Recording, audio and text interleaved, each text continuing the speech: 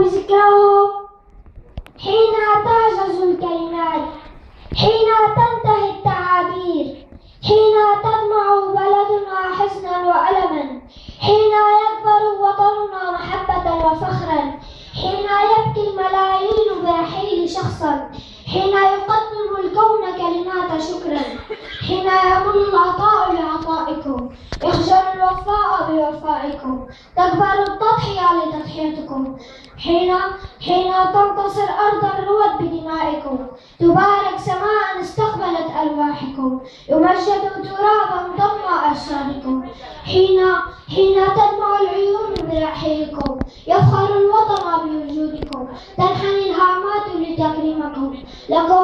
لكم أنتم يا من كرمتم الوطن بتضحيتكم، كرمتم التراب بأسراركم، كرمتم الجنة بقدومكم. لكم أنتم يا من أخذتم من الشتاء كرمه ومن الفولاذ قسوته، فلقنتم الكون معنى الصمود والتحدي، وسقيتم أرض بلادكم بدمائكم الطاهرة، فكانت حياة شعب مرهونة بموقفكم، ومصير بلد مرتبطا بكرمكم، ونهاية الملايين حكم واجبكم، فلبيتم الواجب وفضتم كرما، أحييتم الملايين وأنبتتم ربيعا.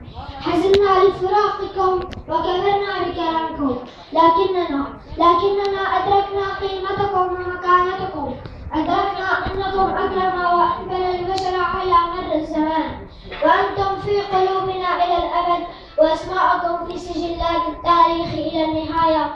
فهنيئا لجنان الخلد بقدومكم، وهنيئا لوطن النصر بصمودكم، وهنيئا لأمة كتب عليها الخلود بوجودكم. وشكرا.